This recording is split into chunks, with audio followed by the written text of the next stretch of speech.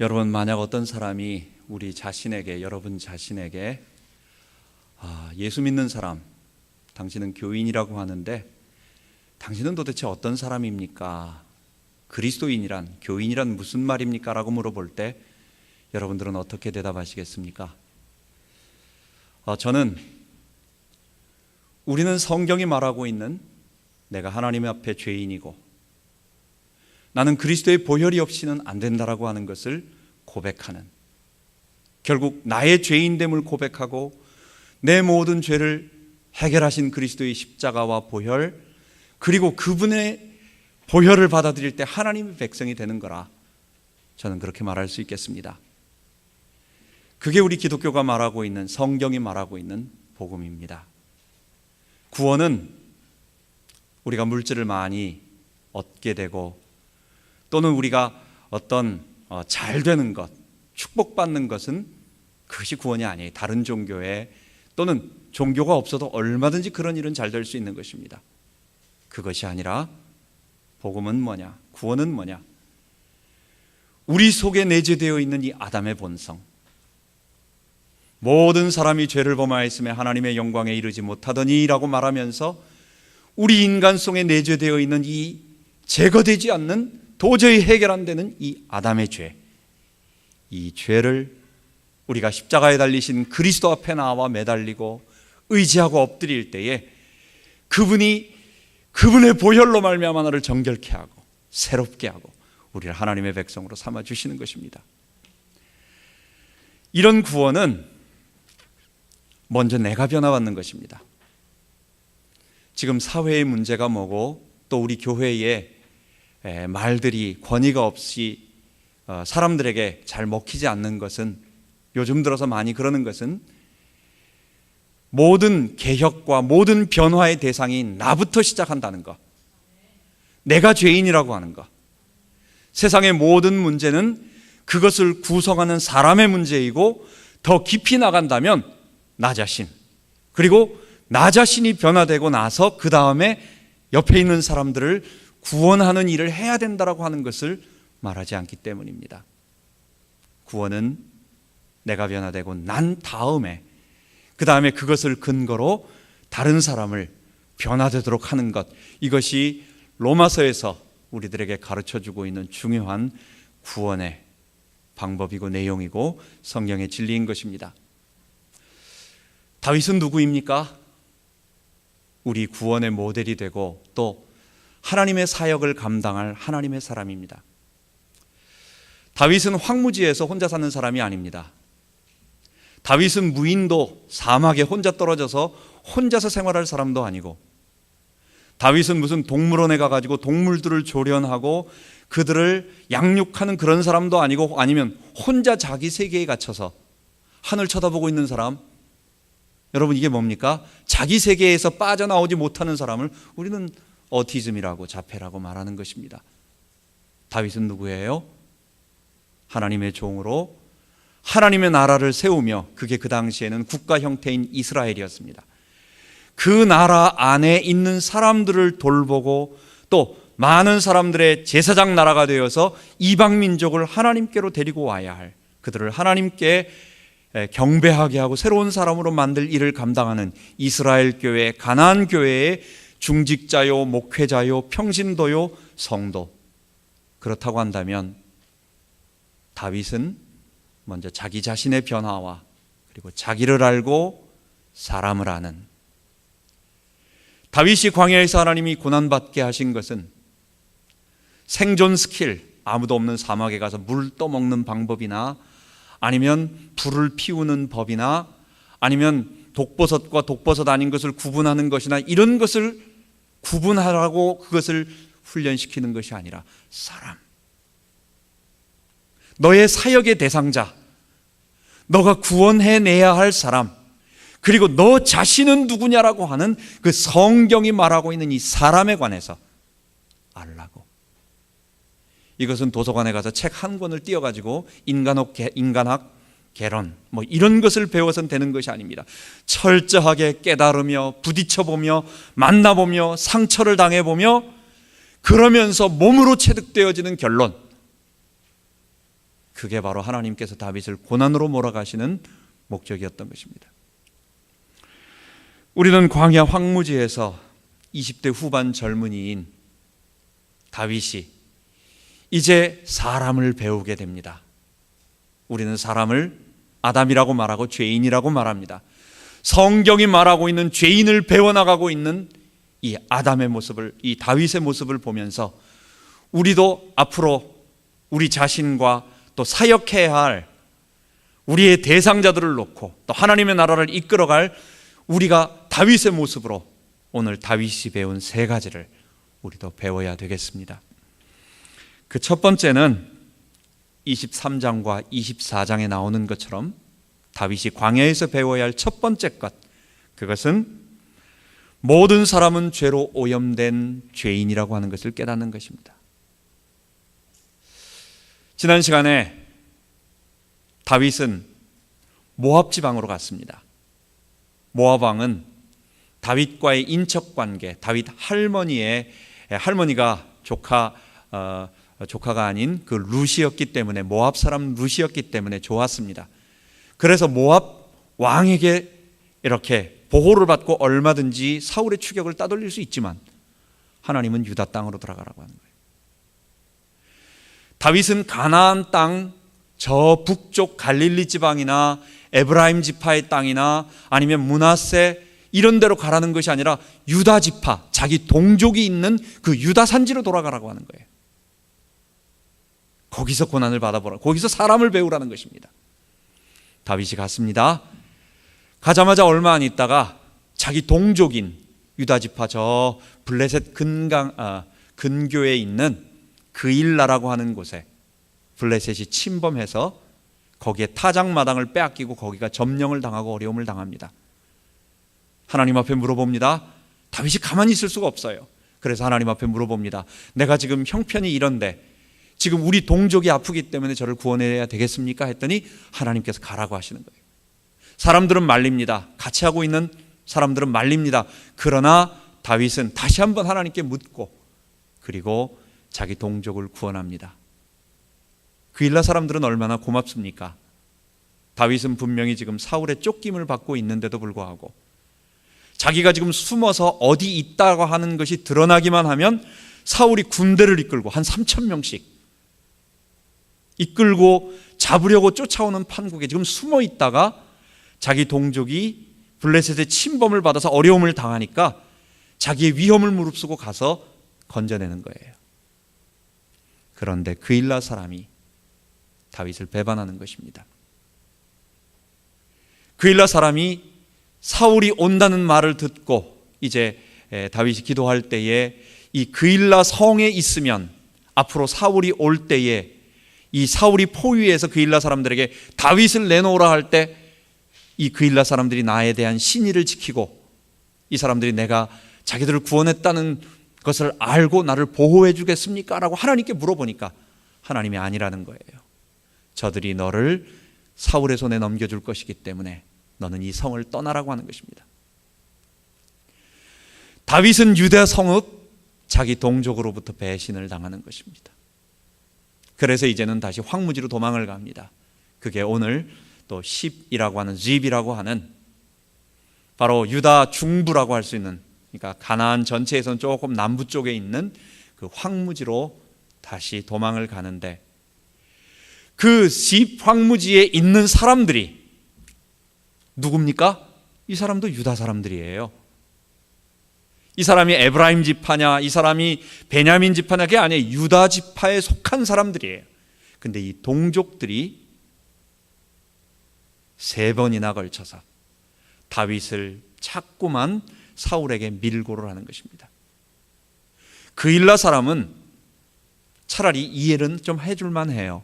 왜냐하면 사울이 자기의 성을 포위하고 다윗을 내놓으라고 할 때는 어쩔 수 없이 자기도 사울 다윗처럼 죽임을 당할까 봐 어쩔 수 없는 상황에서 내놓을 수 있는 것, 그거는 이해할 수 있는 부분입니다. 그런데 이 10사람들은 그렇지 않았어요. 이들은 가만히 있는 다윗을 몰래 가가지고 사울에게 말하는 것입니다. 다윗이 여기 있으니까 잡아가라고, 우리에게 상 달라고. 이것을 3번이나 반복을 하는 것입니다. 다윗은 거기서 철저하게 느끼게 됩니다. 사람을 알게 됩니다. 그 사람은 어떤 사람입니까? 바로 자기 동족이고 자기가 구원했던 사람이고 앞으로 자기가 이끌어야 할 사람인데, 이 20대 후반의 청년이 그곳에서 쓴 아픔을 겪으면서 그 사람으로부터의 배신과 배반과 밀고를 당하면서, 누구? 자기 동족이에요. 이 사람들로부터 배반을 당하면서, 사람은 그렇다고 철저하게 사람을 불신하라는 것도 아닙니다. 미워하라는 것도 아닙니다. 사람에 대해서 아예 가까이 하지 말라는 그런 것도 아닙니다. 뭘 배우는 거예요? 성경이 말하고 있는 사람을 알게 되는 거예요. 사람은 의지할 존재가 아니고, 사람은 그렇다고 미워할 존재도 아니고, 사람은 내가 도와줘야 하고, 사람은 저 속에 죄가 있기 때문에 사람은 이 죄 문제를 해결하지 않고는 그는 안 된다라고 하는 이 사람의 본질적인 부분을 2번과 3번, 4번에 걸쳐서 배신과 배반, 어떤 그런 것을 통하여 철저하게 배우는 것입니다.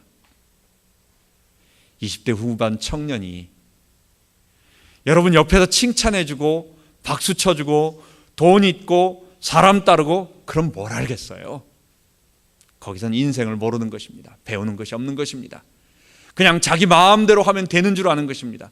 사람을 뭘 알겠습니까? 그런데 하나님은 앞으로 그가 이끌어야 할 하나님의 사람들이 어떤 사람들인가, 그가 나라를 이끌기 위하여 그가 섬겨야 하고 그가 사역해야 할 대상자는 짐승도 아니고 기계도 아니고 사람이기 때문에 사람이 어떤가를 알기 위하여 자기 동족들로부터 몇 번의 어려움을 당하게 하면서 그것을 철저하게 배우게 하는 것입니다. 성경은 우리들에게 시편 146편에 그래서 말합니다. 사람을 의지하지 말고, 인생을 의지하지 말고, 도울 힘이 없는 방백들을 의지하지 말고, 그들은 죽어 그 호흡이 흙으로 돌아가며 그 도모가 다 없어진다고 말합니다. 그리고 나서 말하는 것이 야곱의 하나님으로 자기 도움을 삼으며 여호와 자기 하나님에게 그 소망을 두는 자가 복이 있도다. 여러분, 그래서 하나님이 우리를 고난 가운데로 몰아넣고 우리가 연단될 때에 이 사람이 하나님을 의지하도록 도와줘야지. 우리의 도와줌은 그가 하나님을 바라보고 하나님과 자기가 단판을 짓고 자기 문제를 하나님 앞에서 해결하도록 스스로 사람을 이해하고 독립하는 것을 길러줘야지. 그 정도까지 도와줘야 되는 거예요. 그렇지 않고 너무 많이 도와줘가지고 그가 하나님보다도 사람을 의지하게 되면 그 사람 못 쓰게 되는 것입니다. 우리가 아이가 스포일 한다는 말을 많이 듣죠. 너무 많이 아이를 도와줘 버리면 아이가 숙제하는 게 힘들다고 엄마가 숙제해주고, 아이가 친구하고 나와서 다퉈서 좀 이렇게 넘어지는 건 뭐 해가지고 엄마가 가서 다 해결해주고, 애 못 쓰게 되는 거예요. 못 살게 되는 거예요. 옛날에 그 자연 다큐를 하나 본 게 있습니다. 그 황새 마을 그런 것이었는데, 마을 전체가 뭐 백로 그런 걸로 이렇게 한 뒷산이 이렇게 다 돼 있었어요. 겉에서 볼 때는 뒷산 전체가 하얗게, 이 백로하고 두루미하고 어떤 차이가 있는지 정확하게 모르겠는데 하여간 다 그 하얗고 길쭉한 거 있죠. 그게 거기 서 있으니까 우리는 보긴 좋은데, 그 밑에 가니까 나무들이 다 죽어가요. 왜냐? 이게 거기다가 이 새똥을 많이 싸니까 이게 산성이 돼가지고 다 죽어가는 거예요. 그러면서 이제 다큐멘터리를 계속 찍어갑니다. 그런데 이 새 그 둥지 백로 아래 보니까 아니 새끼들이 떨어져가지고 거기서 퍼덕거리면서 걸어가는 게 몇 마리 막 보이는 거예요. 근데 부모가 건드리지 않는 거예요. 부모가 절대로 그것을 도와주지도 않고 안 하는 거예요. 그래서 거기 있는 마을 사람이 그 새를 갖다가 길러 데려다가, 이제는 이게 죽으면 안 되니까 이 새를 집에서 키우면서 미꾸라지도 잡아가지고 가져다 먹여주고 했는데, 이게 모습은 어느 정도 커지는데 이게 크지를 않아. 이게 날지를 못하고 이게 생활을 하질 못하는 거예요. 겉만 성인 백로가 됐지 날지도 못하고 스스로 먹이도 먹지 못해요.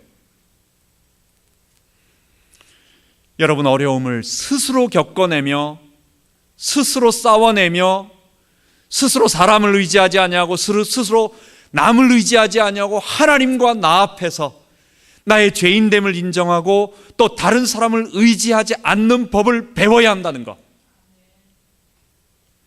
여러분, 우리가 어려움을 당하고 있을 때 누가 조금만 나에게 도움 주는 말을 해도 얼마나 고마운지 모릅니다. 누가 조금만 나에게 물질을 줘도 참 감사해요. 너무 고마워요. 그런데 그것이 도가 지나쳐버리면요, 이 사람은 거기에다가 금방 호의를 느낀 사람에게 의지하게 돼요. 그래서 내가 하나님 바라보고 여기서 싸워 이겨내고 내가 여기서 사람을 알고 우리 주 예수밖에는 믿으리야 주 없다다, 나는 하나님과 나 사이에 하나님밖에 없다라고 하는, 그리고 예수님 의지해야 된다라고 하는 이 분명한 사실을 붙잡고 스스로 지팡이 짚고 일어서지 않고 다른 사람에게 자꾸 손 벌려가지고 도와달라고 이렇게 되면 이 사람은 영영이 안전뱅이 되는 것입니다. 하나님은 10사람과 그리고 그일라 사람, 자기 동족으로부터 여러 차례의 배신과 배반과 밀고를 당하면서 다윗에게 알게 한 것, 모든 사람은 죄로 오염되어져 있는 죄인이라고 하는 것을 다윗에게 알게 하기를 원하시는 것입니다. 하나님이 황무지에서 다윗에게 사람을 가르쳐 주신 두 번째는 25장에 나와 있는 것입니다. 두 번째, 나도 죄인이기 때문에 사단에게 속을 수 있다, 그러니 분노를 다스리라는 것입니다. 여러분, 우리는 항상 문제를 다른 사람에게 둡니다. 나는 열애입니다. 나는 다 잘할 수 있고 나는 그거 다 알고 있고 나는 그거 해당되지 않고 뭔가 교훈이나 뭔가 배워야 할 것은 저 사람 얘기지, 나는 이미 다 알고 있고 선생님 입장에서 팔짱 끼고 앉아서 뒤에서 보는 것입니다. 하나님께서 다윗에게 뭘 말씀하시는 것입니까? 너 주변에 있는 사람들, 인간 본질은 죄에 오염되어 있는 죄인이라는 것을 알라고 말하지만, 그럼 다윗 너는 괜찮다라고 말하지 않아요. 다윗 너도 죄인이기 때문에 너도 사단에게 속을 수가 있으니 분노, 거기에 속지 마라. 분노를 조절해라 하는 것입니다. 나발이라고 하는 사람이 있었습니다. 이 사람 이름을 보니까 벌써 나발을 잘 불게 생겼죠. 별로 경건해 보이지 않습니다. 이 사람이 갈멜 사람인데, 이 갈멜이라고 하는 지역은 옛날에 다윗이 아말렉 전투를 벌리고 나서 돌아가는 길에 그 갈멜 지역에 자기의 기념비를 세웁니다. 그러니까 자기를 따르는 자들이 많이 있는 곳에 그런 기념비를 세우고 자기 공덕을 이렇게 해놨겠죠. 결국 그 갈멜 지역은 사울의 영향력이 다른 곳보다 좀 많은 곳이 아닌가 이렇게 추측이 됩니다. 이 나발이라는 사람은 그곳에서 큰 부자였습니다.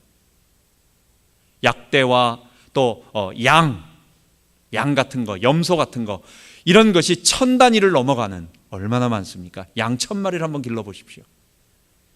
이것을 가지고 있는 굉장히 부자인데, 사실 다윗이 자기 동족이었기 때문에 몇 명 안 되는, 무장을 하지 않는, 군사가 없는 일반 사람이 수천 마리의 양과 염소를 밖에서 기를 때는 얼마나 어려운 일이 많겠어요.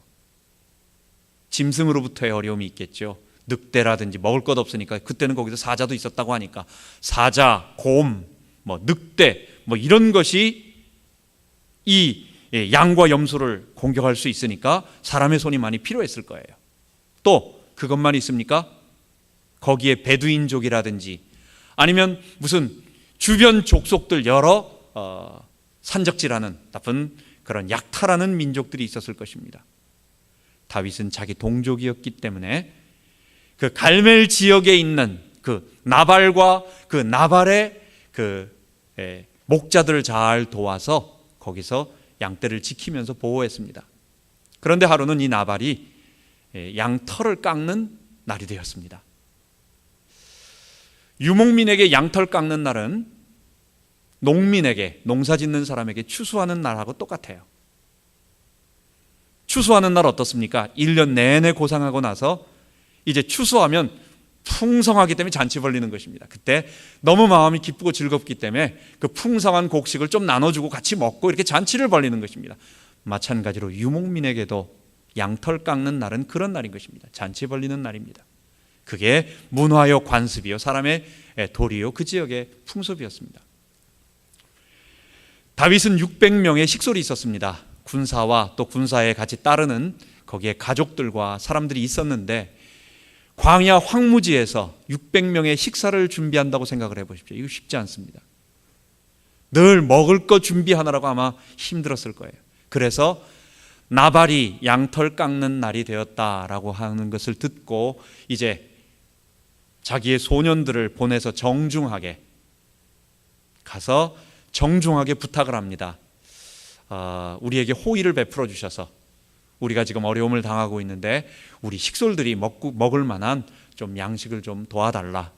이것은 깡패가 마치 내가 당신들 뒤를 봐주고 있기 때문에 세금 내라, 뭐 얼마를 내라, 이렇게 위협하는 것도 아니고 공출을 요구하는 것도 아니고 세금을 걷어가는 것도 아니에요. 정중하게 10명의 사람을 보내서 예를 갖추고 우리가 어려운 가운데 있으니까 또 지난날 우리가 당신들과 함께 호의를 베풀어 줬던 것을 기억하셔서 우리를 좀 도와달라. 그런데 이 나발은 성경에 뭐라고 말하느냐? 불량자라고 말하고 있습니다.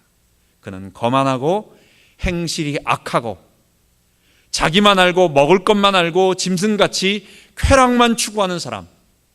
더욱이 그는 사울을 의지했습니다. 그 갈멜 지역의 사울을 의지해서 이 다윗의 말을 단박에 모욕을 주면서 노합니다. 다윗이 누구며 이새의 아들이 누구뇨? 주인에게서 떠나는 종이 많도다. 근일에 각기 주인에게서 떠나는 종이 많도다. 지금 다윗을 뭐라고 말하느냐? 지금 너가 너 주인을 떠난 종이 아니냐? 지금 다윗을 모욕을 주면서 우리는 너에게 물도 떡도 고기도 아무것도 줄 것 없다라고 단호하게 거기서 면박을 주면서 모욕하고 떠나보내는 것입니다. 여러분, 다윗이 어떤 사람입니까? 지금 한참 어려움을 당하고 있는 사람입니다. 다윗은 지금 억울하게 당하고 있는 사람입니다. 다윗이 잘못한 게 없어요. 광야에서 쫓겨다니면서 고통당하면서 어려움 당하면서 힘들어하고 있는 이 사람에게 이 사람이 왕의 자리에 있을 때 그런 말을 한다면 아이고 자식 그런가 보다 하고 웃으며 넘길 수 있을는지 모르지만 그러나 지금 한참 힘들고 어렵고 힘든 사람에게 모욕하면서 이 젊은 다윗의 혈기를 건드린 거예요. 다윗이 분이 난 것입니다. 그 말을 듣자마자 군인들에게 칼을 차고 가서 나발과 그에게 속한 모든 자들을 전부 진멸해버리자 하고 가는 겁니다. 여러분, 이 사실을 알게 된 지금 상황이 어떻습니까? 지금까지 유다 지파를 도와주고 그 일라 백성을 돕고 10사람이 밀고를 했지만 그에게 해코지하지 아니하고 또 그가 하던 일은 악한 일이 하나도 없었던 이 다윗이 지금 분노가 꽉 차가지고 지금 이성을 잃어버린 거예요. 여러분, 분노가 생기면요 사람은 시속 100마일 한 160km로 차를 몰고 가고 있는 상태와 똑같습니다. 화가 클수록 이거는 아차하면 지금 내가 어떻게 조금만 잘못하면 어디로 튈지 어떻게 당할지 모를 상태로 가는 거예요. 그만큼 위험하고 그런 것입니다. 우리의 감정에 사로잡혀서 분노에 사로잡혀서 저 아무것도 아닌 나발과 그의 가족들과 모든 남자들을 전부 죽여버리겠다라고 하는 이 분노가 그 모욕감을 참지 못하고 가는 것입니다. 이때 아비가일이 그 소식을 듣고 지혜롭게 행동합니다. 그에게 다가가서 하는 말이 이 나발은 악한 사람이라, 본래 악한 사람이라, 불량자라, 이가 하나님 앞에 징벌받는 것은 당연하다. 거기 가서 울며 불며 다윗의 머리 바지가랑이를 붙잡고 살려달라고 감정적인 호소를 한 게 아니에요. 냉철하게 얘기를 합니다. 누가 봐도 이 나발이 잘못한 것이다. 당신이 분명히 도와줬는데, 맞다, 당신의 말이 모두 맞고 당신이 도와줬는데 이 나발이 거절한 것이다. 이 사람은 원래 불량자다. 그런데 이러한 불량자를, 이런 악인을 당신이 직접 손으로 쳐서 원수를 갚는 것보다, 죽이는 것보다 하나님에게 그 보수하심, 보복하는 것을 맡기는 것이 당연하다. 왜냐? 그렇지 않게 되면 훗날 당신이 분명히 왕이 될 텐데, 왕이 되었을 때에 큰 과오가 하나 생기는 거예요. 나발이 무슨 군대가 있고 무슨 칼이 있고 무슨 전쟁을 하겠습니까? 그리고 나발이 술기운에 또는 그냥 잠깐 잘못 판단해가지고 다윗을 모욕한 것밖에 없어요.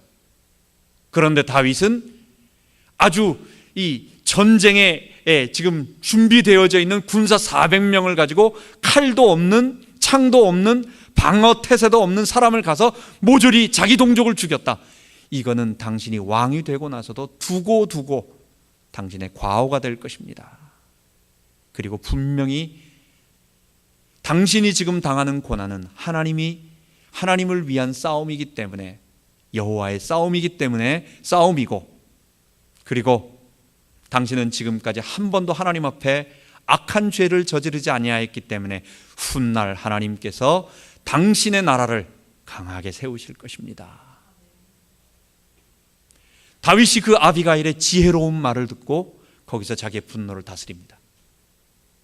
정말 분노로 이성을 잃고 과격하게 사람을 죽여버릴 수 있는, 자기 동족을 죽이는, 유다 지파 자기 사람을 죽일 수밖에 없는 상황에 있었던 이 다윗이 그 아비가일이라고 하는 지혜로운 여인의 말을 듣고 내가 옳도다라고 칭찬을 하고 거기서 돌아가게 되므로 큰 잘못을 저지르는 일을 벌어지게 되는 것입니다. 여러분, 우리 사람들 중에 어떤 사람은 성격 급한 것을 자랑하는 사람이 있습니다. 나 건드리면 한 방 친다, 나 휘발유야 건들지 마라고 하는 것을 그냥 우리가 이렇게 어떤 남자다움, 멋있음으로 이렇게 표현할 수 있는, 그게 개그나 이런 데서는 좀 괜찮지만은 실제 삶에서는 그게 한 번 치고 나서 그 다음에 많은 후회를 하게 되는 것입니다. 우리의 분노가 일어나게 되면 이 분노가 나를 잡게 돼요. 그래서 실수하게 되는 것입니다.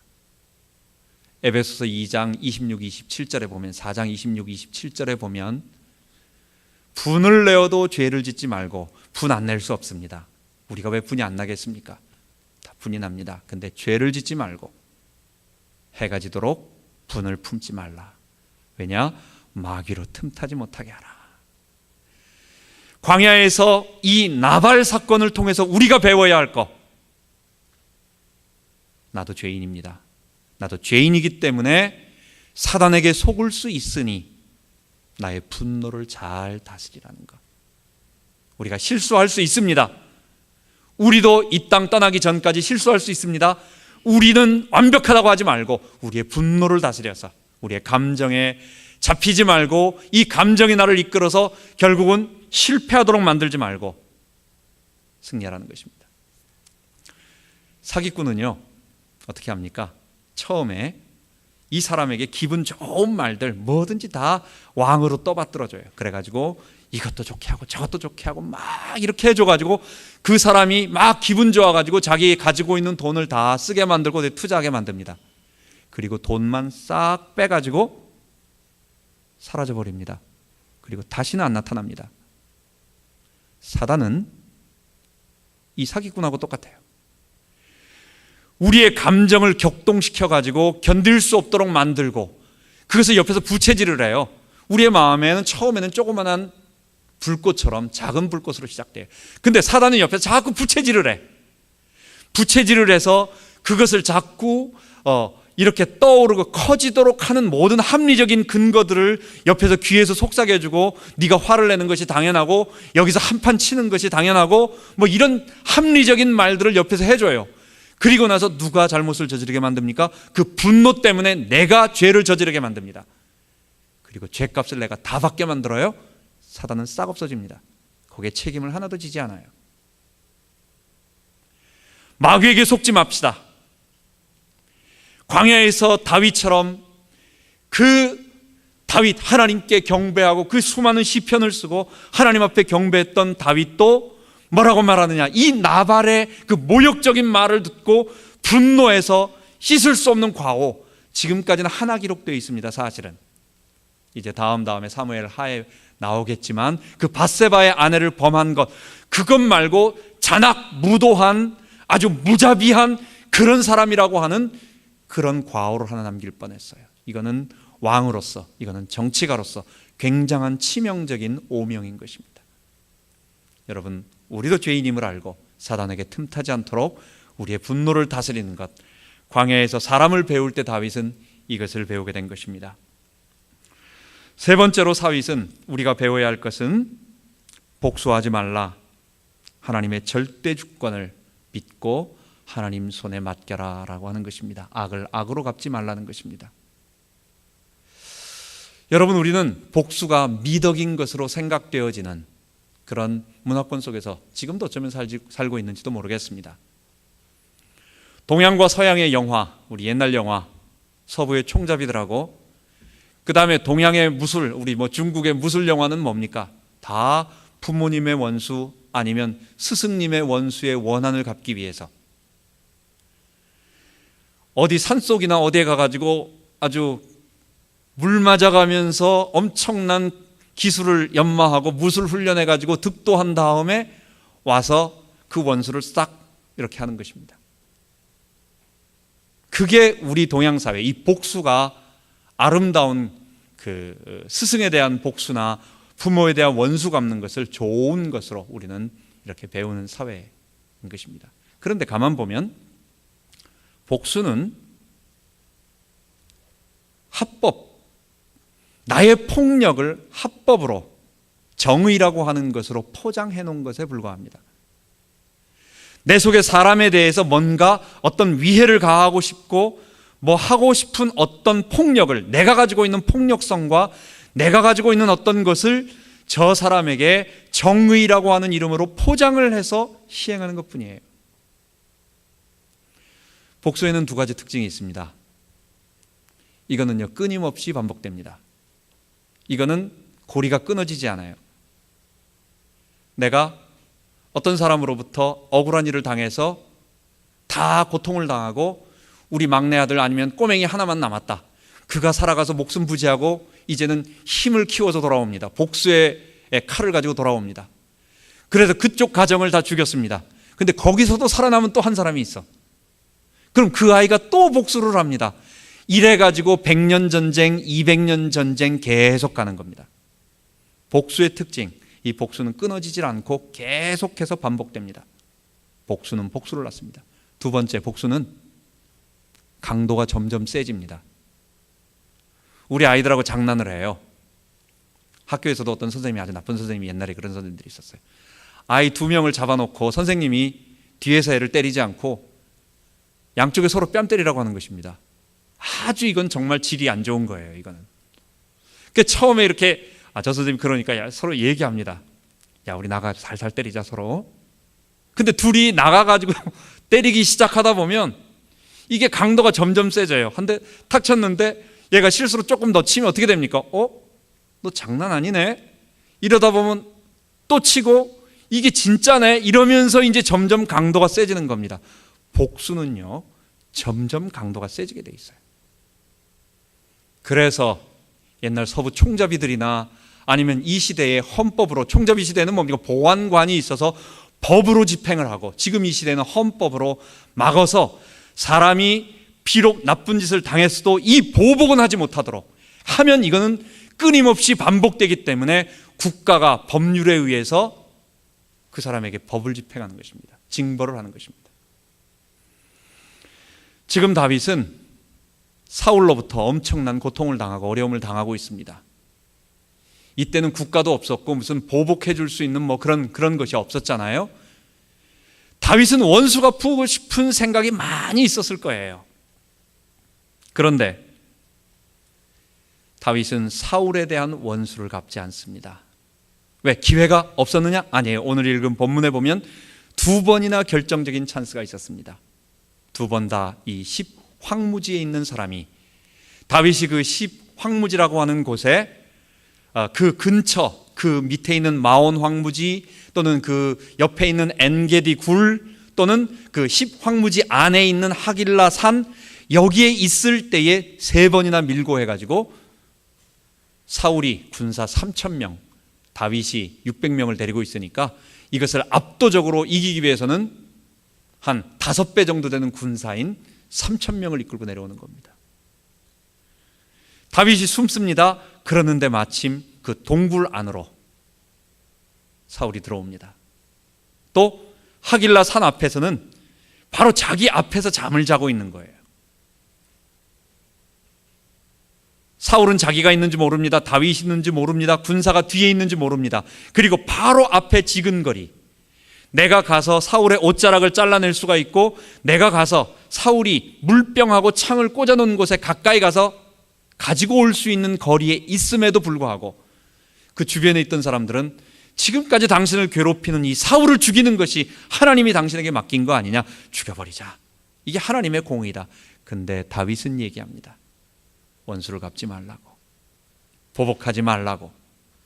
하나님이 왜, 다윗이 왜 그랬느냐? 사울을 사랑했기 때문은 아니에요. 왜 억울함이 없겠어요? 사울에 대해서 아픈 마음이 있어요. 하나님이 당신을 보복하실 것입니다.